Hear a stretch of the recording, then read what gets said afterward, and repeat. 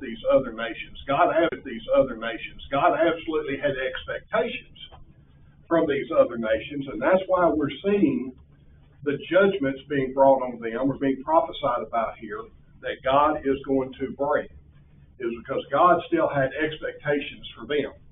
He didn't expect them to follow the law of Moses, but he had expectations from them, probably even still continuing what we would have considered the patriarchal age.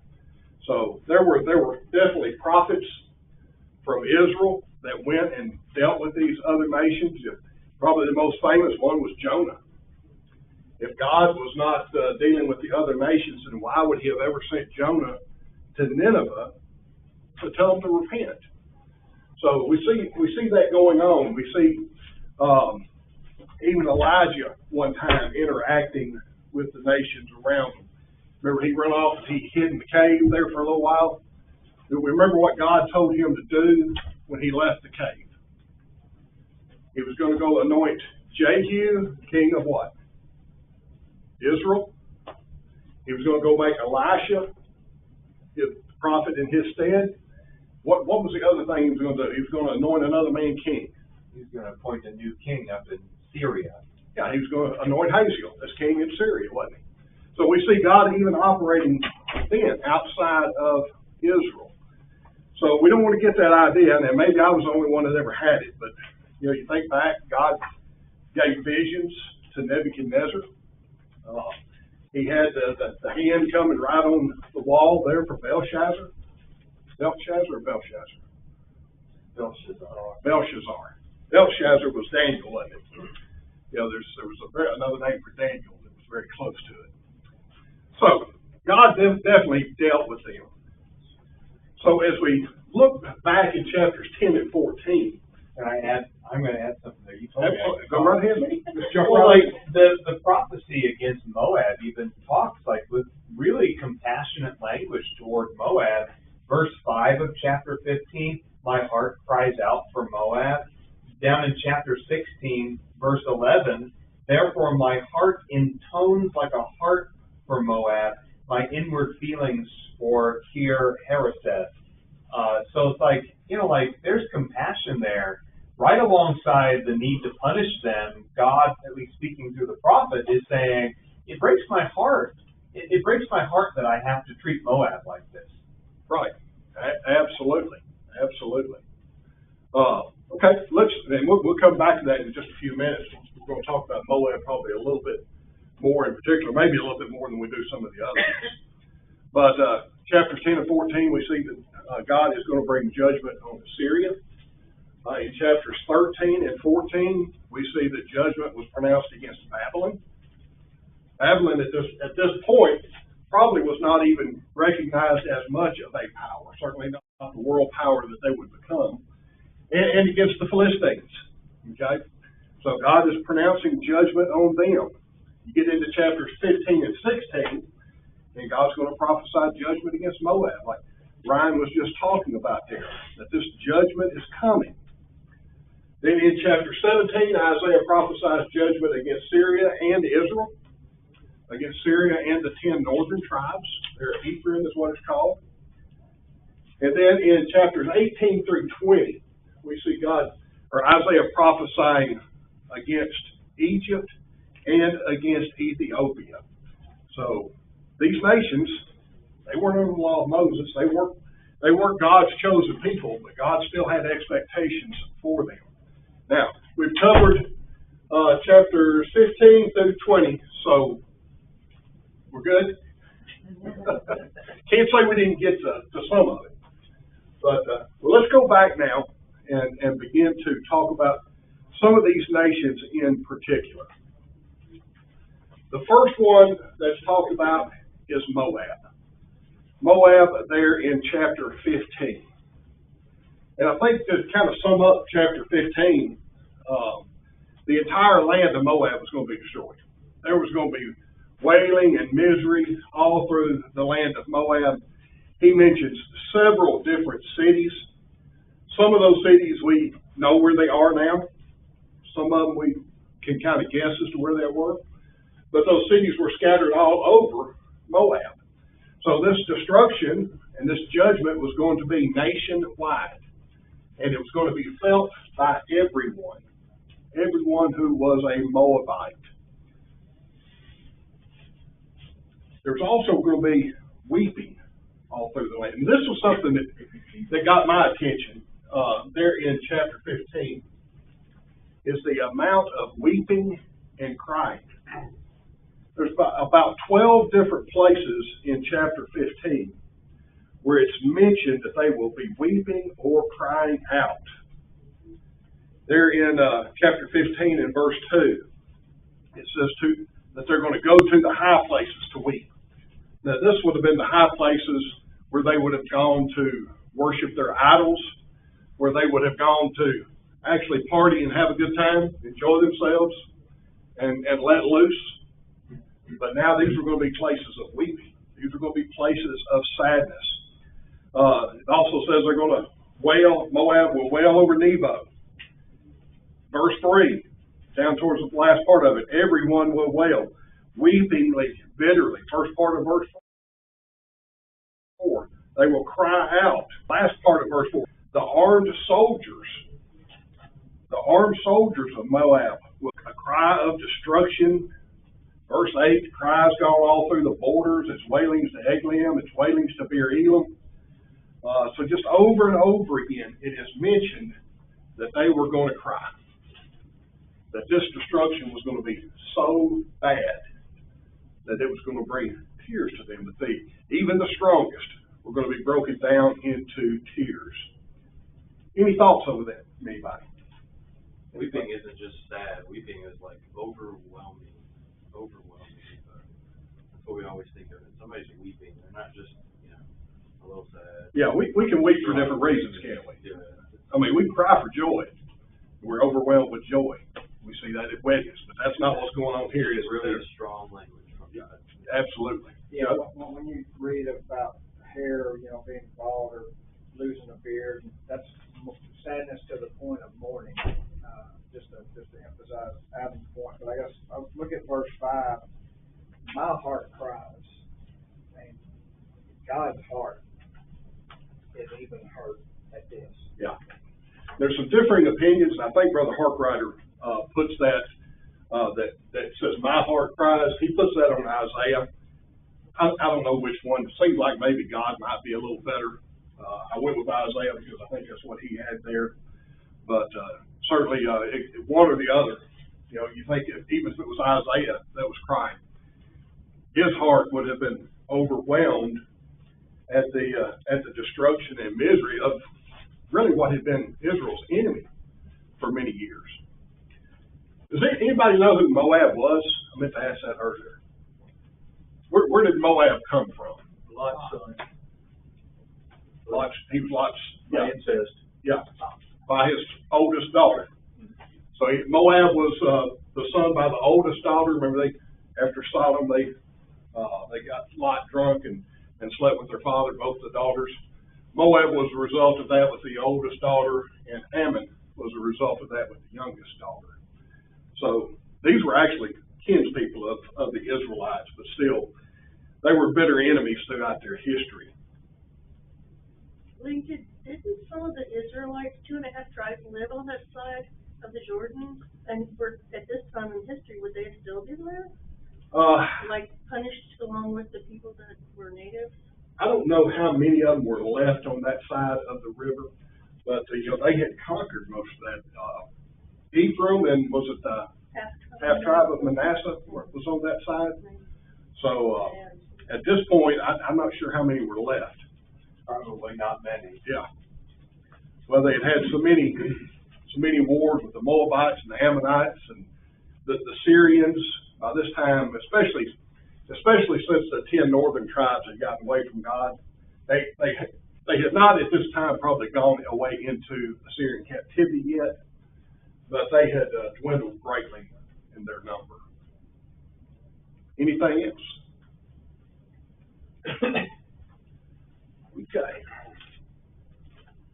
Now, Ryan missed this verse. Well, this is chapter 16 and verse 4. Excuse me, one more slide here. Okay. chapter 16. Chapter 16, we see that Moab is told to appeal to Jerusalem for help. The reason they're told to appeal to Jerusalem for help because one is coming who would sit on David's throne with justice and righteousness. We're looking at a remnant. And one of the things that we're going to see, even among some of these foreign nations, is that there's still a glimmer of hope even for them. That glimmer of hope that was down the road in the Messiah was not just for Jerusalem, it was not just for the Israelites, but it was also for these other nations as well. And we kind of see some of that here in Moab. They've been chased down according to the prophecy, and they're down to a remnant. And he tells them in chapter 16 and verse 1, send the lamb to the ruler of the land, from Selah to the wilderness, to the mount of the daughter of Zion. So he's saying, won't you try to make some appeasement with Jerusalem? Now, actually, with the God of Jerusalem is the idea there. With the God of Jerusalem. And ask them, you literally ask them for help. Verses 4 and 5, let my outcast dwell with you.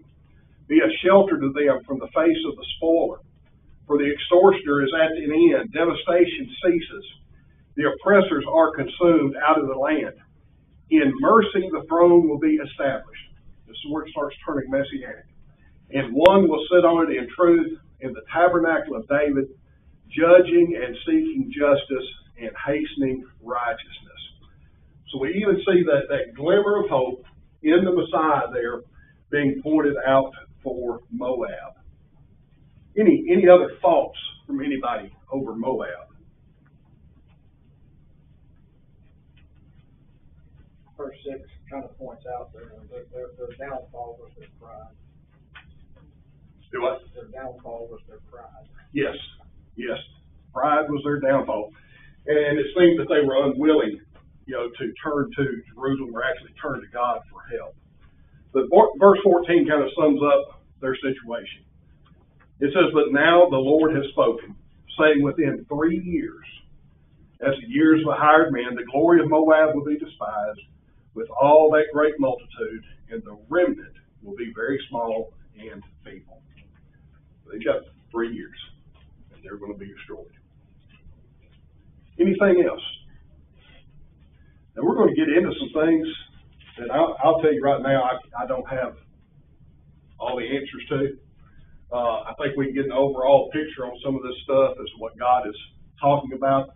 But when we start trying to make absolute sense out of every single detail of some of these prophecies, it gets very difficult. Okay? All right, well, let's move on then. The next one we're going to talk about is Syria and Israel. Syria and the 10 northern tribes, or Ephraim as it's called here in chapter 17. In verses 1 and 2, we see that it's mentioned here that it's the burden against Damascus.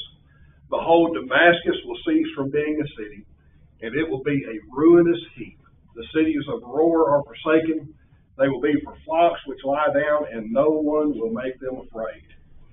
So we see that Damascus, which was the main city of Syria, that it's going to be just a ruinous heap, is what he calls it.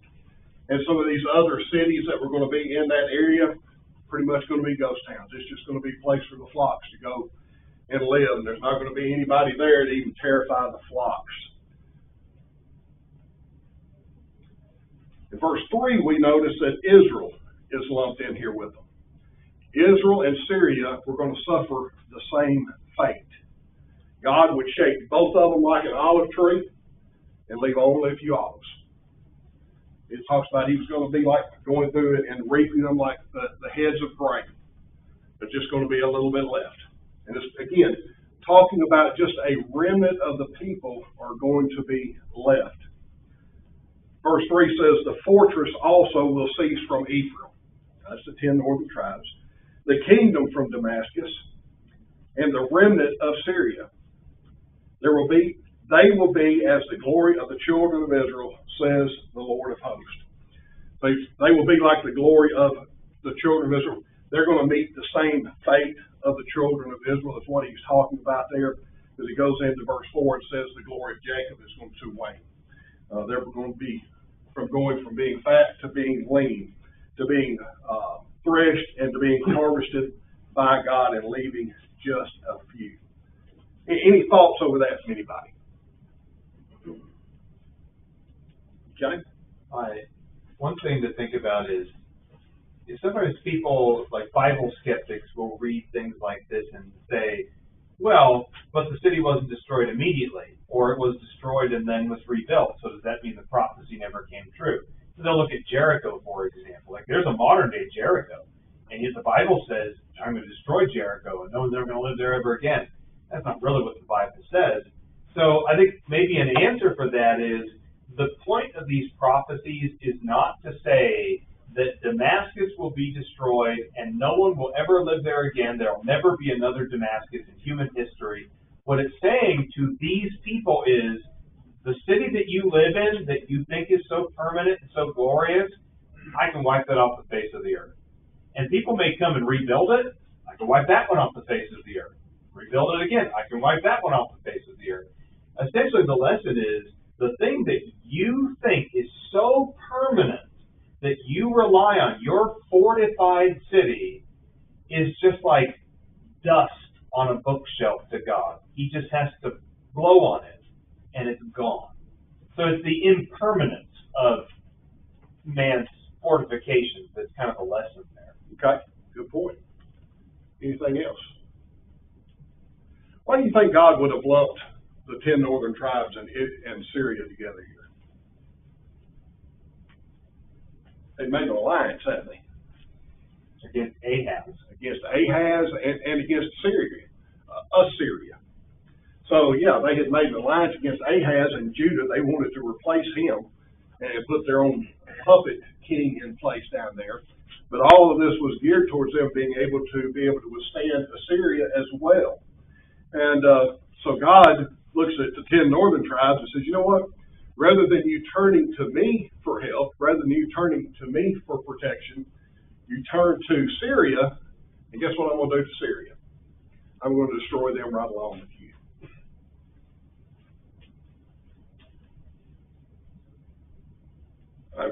Chapter 17, verse 10.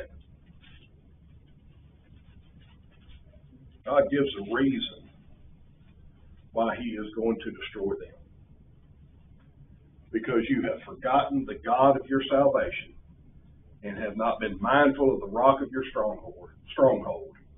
Therefore, you will plant pleasant plants and set out foreign seedlings. In that day you'll make your plant to grow, and in the morning you will make your seed to flourish. But the harvest will be a heap of ruins in the day of grief and desperate sorrow. So why was God bringing punishment on them? Well, they were involved in idolatry, right? And they had all these other sins going on. Well, why did they have all those other sins going on? They had forgotten God. They had forgotten all about God. They had forgotten the God of their salvation, the one who could have saved them. And they had turned after these foreign gods. And I think that's probably what he's talking about here in the last part of verse 10 when he said, you plant pleasant plants and set out foreign seedlings. You're going after these foreign gods. And they look real good to you, and you're nourishing them, and you're worshiping them, and you're spending a lot of time with them. But what you're going to harvest from them is ruin. You're going to harvest destruction. And he wraps up chapter 17 with a warning to the nations, to any of these nations that would gather together against God or against God's plans. Verse 12 says, woe to the multitude of many people who make a noise like the roar of the seas, and to the rushing of nations that make a rushing like the rushing of mighty waters. The nations will rush like the rushing of many waters, but God will rebuke them, and they will flee far away and be chased like the chaff of the mountains, off the mountains before the wind. like a rolling thing before the whirlwind, then behold, at eventide, trouble. And before the morning, he is no more. This is the portion of those who plunder us and the lot of those who rob us. So those nations that would gather together, and I think this would be any nations that would gather together to oppress God's people, like Ephraim and like Syria, like Assyria, like Babylon that we've talked about, and others.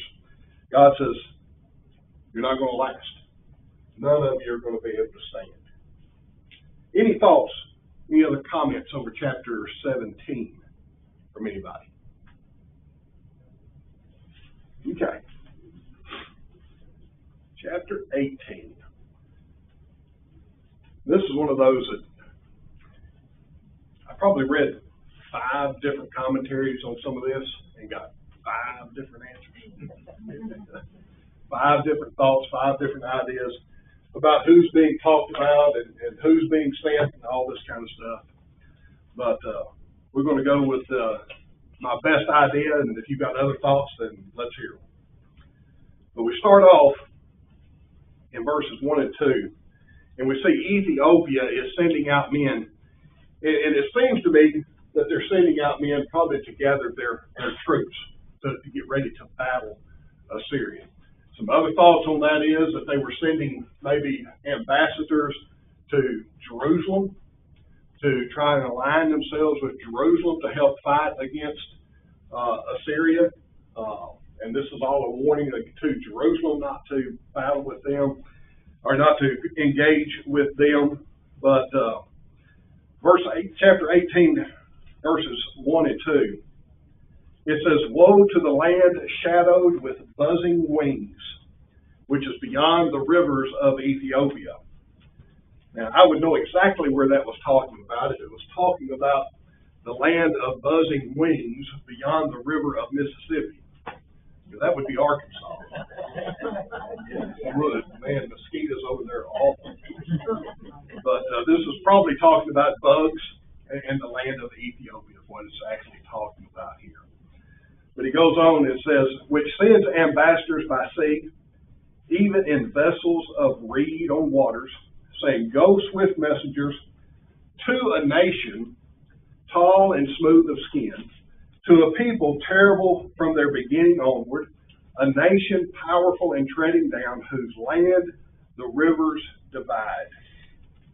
So he's saying you're sending ambassadors, and you're sending these ambassadors to this people who are tall and smooth of skin.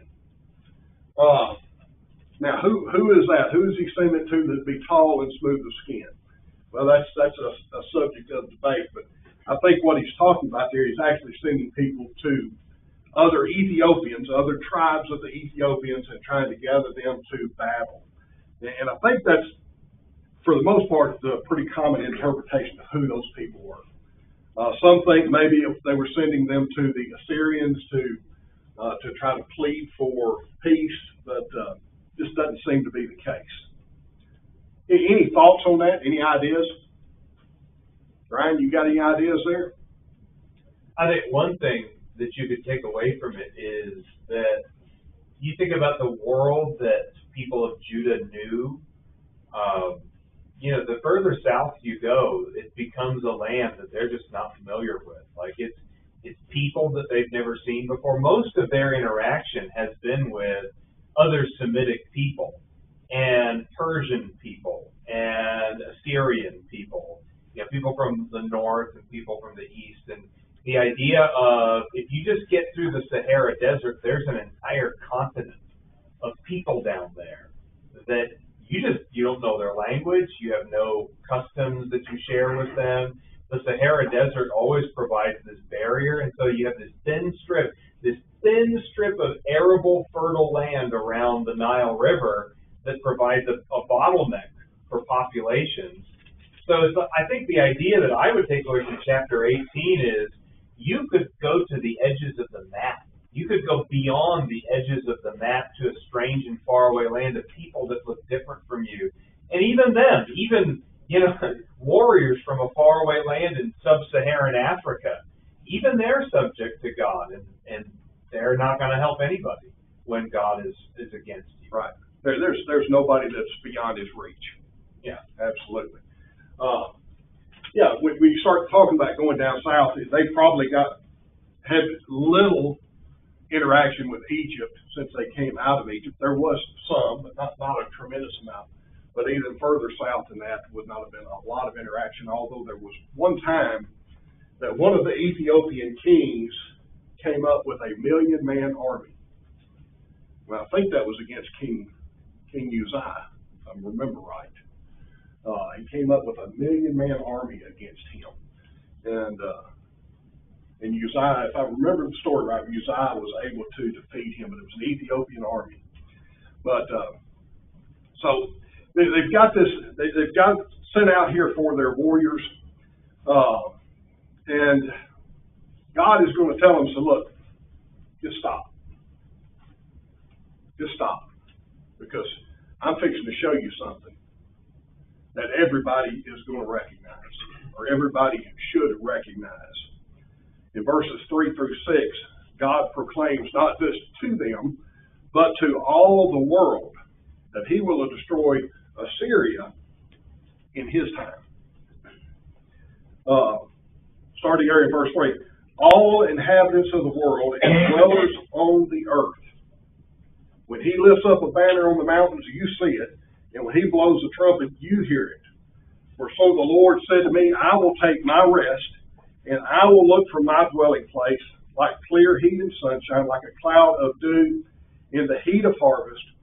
Before the harvest, when the bud is perfect and the sour grape is ripening in the flower, he will both cut off the sprigs with pruning hooks and take away and cut down the branches, and they will be left together for the mountain birds of prey and for the beasts of the earth.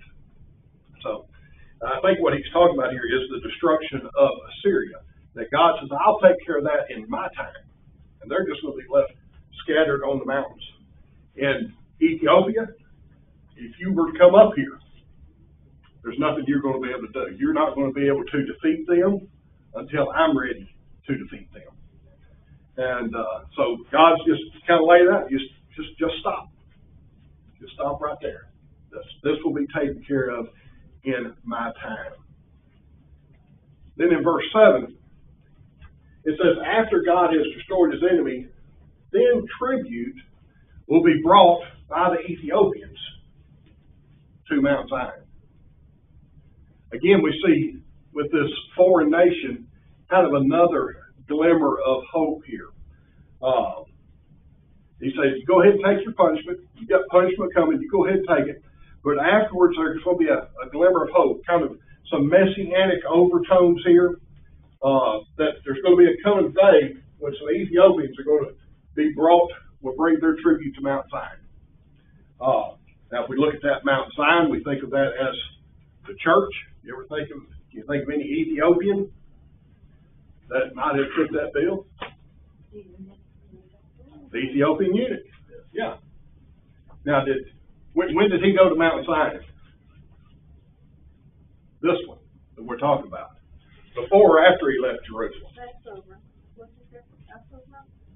He was at physical Mount Zion for Passover, but he went to the real Mount Zion on his way home when he became a Christian, became a part of the church. Any other thoughts on that from anybody?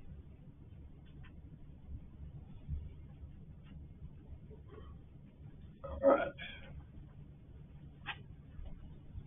Chapter 19, we see the prophecies against Egypt. We see right there in verse 1 that the Lord is coming to destroy Egypt, riding on a swift cloud. The Lord is coming in the clouds. That sound familiar? Any other verses we might be familiar with? Maybe there in Matthew chapter 24, we talk about the destruction of Jerusalem.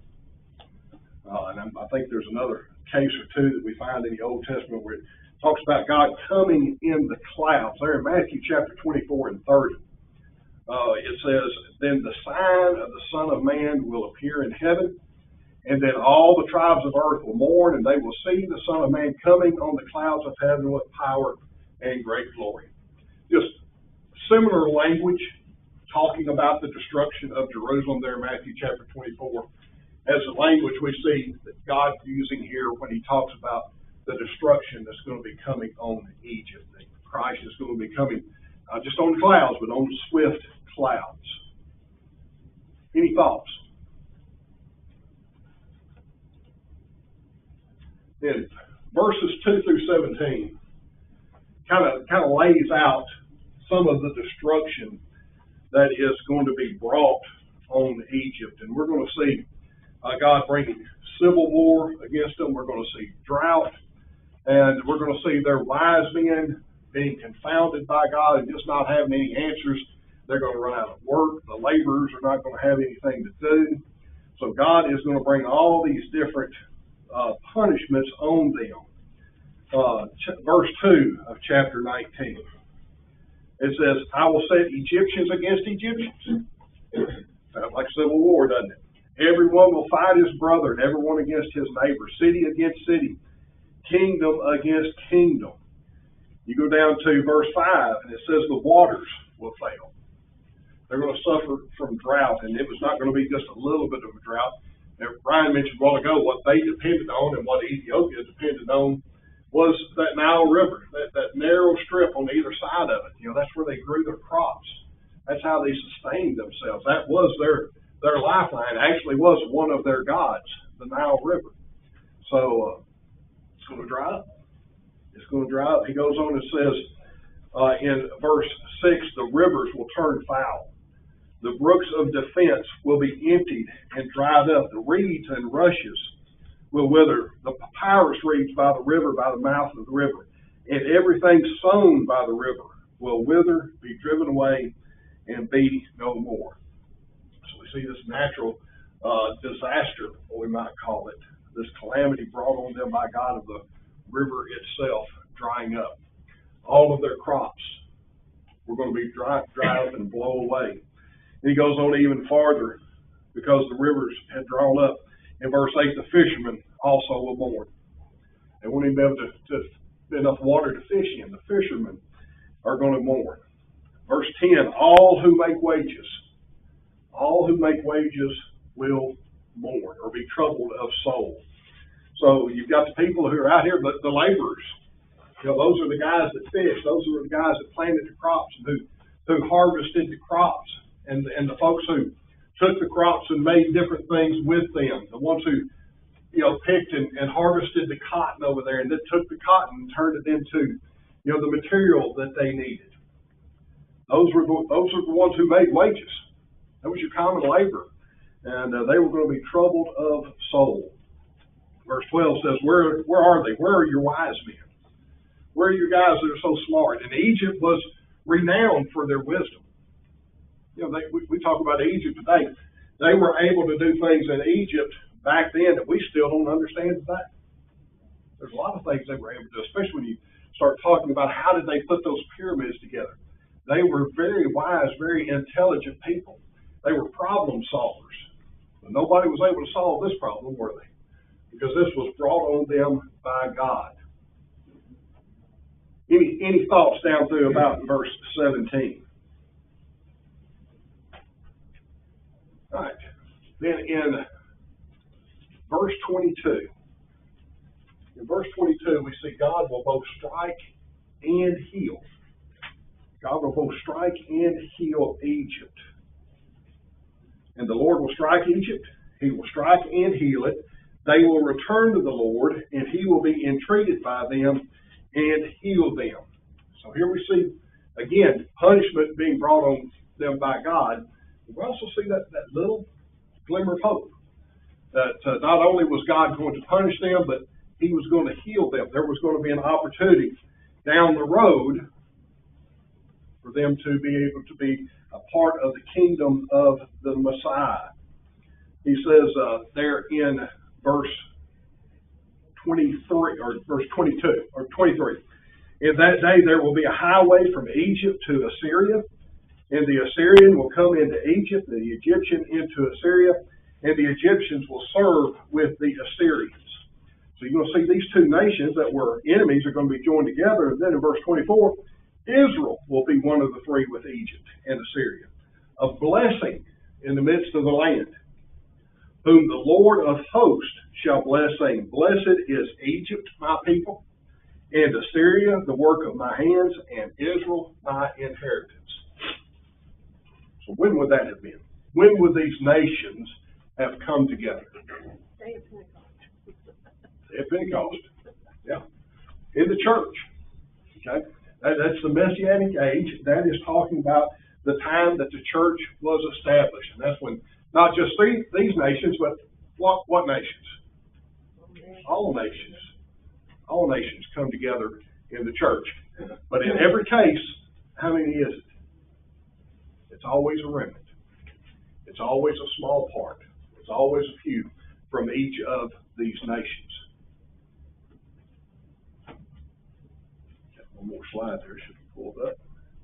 Yeah, in the church, the people from Egypt, Assyria, and Judah will all be together and worship the Lord. There in verses 23 through 25. Any comments over that before we move on? I'm just sitting there thinking that's just a real small remnant today, like you pointed out, in those nations that are Christians. Yeah, and if you really think about it, even in this nation, it's a pretty small remnant. That's true. You know, you start thinking about how many claim to be Christians and how many actually are. Right. It's a small remnant. But yeah, it is really does really seem to be a small part. Is there a sound church in Egypt? Do we even know of? I don't know of any myself, but I would think that there probably is somewhere. Yeah. I would think just about anywhere you have enough of a population, you'll be able to find a church of the Lord's people. Anything else before we move on?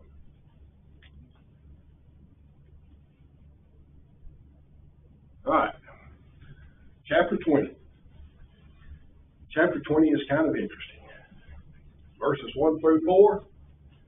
Isaiah walks naked and barefoot for 3 years. Naked and barefoot for 3 years to demonstrate what Assyria was going to do to Egypt and Ethiopia. Okay? God told us to take the sackcloth off and go barefoot and to go naked. Chapter 20 and verse 2. Go and remove the sackcloth from your body and take your sandals off your feet. And he did so, walking naked and barefoot.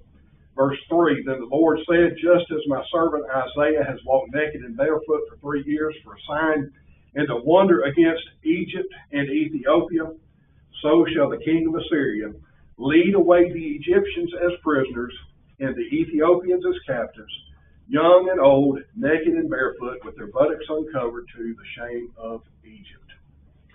So here we are. They're there, naked and barefoot. Did he have on loincloth? Did he have? Probably, but I don't know that for sure. If you want to take it at what it says, he says he was naked. He didn't have any shoes on his feet. But he does this as a symbol to symbolize what the Assyrians were going to do to Ethiopia and to Egypt. They were going to lead prisoners and captives out of there in that condition. And I think there's also a message here about Egypt and Ethiopia to other nations, especially other nations like Judah. You know, Judah was wanting to lean on Egypt at times for help. But in verses 5 through 6, we see that those who would have trusted in Egypt and Ethiopia for their deliverance were going to be ashamed. They were going to be ashamed. The only place that we could truly turn, that they can truly turn and we can truly turn for deliverance, is God. Any thoughts? It was similar to what we studied when we studied Ezekiel, but the prophets would do dramatic prophecies, you know, like this, to make sure they got their attention or got their message across. Right. All right. No class on Sunday, right? Right. Okay. We will all be in the auditorium Sunday morning. Do we have the information for the class on Sunday morning? Is it out? Yeah, there's handouts tonight. Handouts tonight. Okay. Be sure you get one of those. It's in the rack. You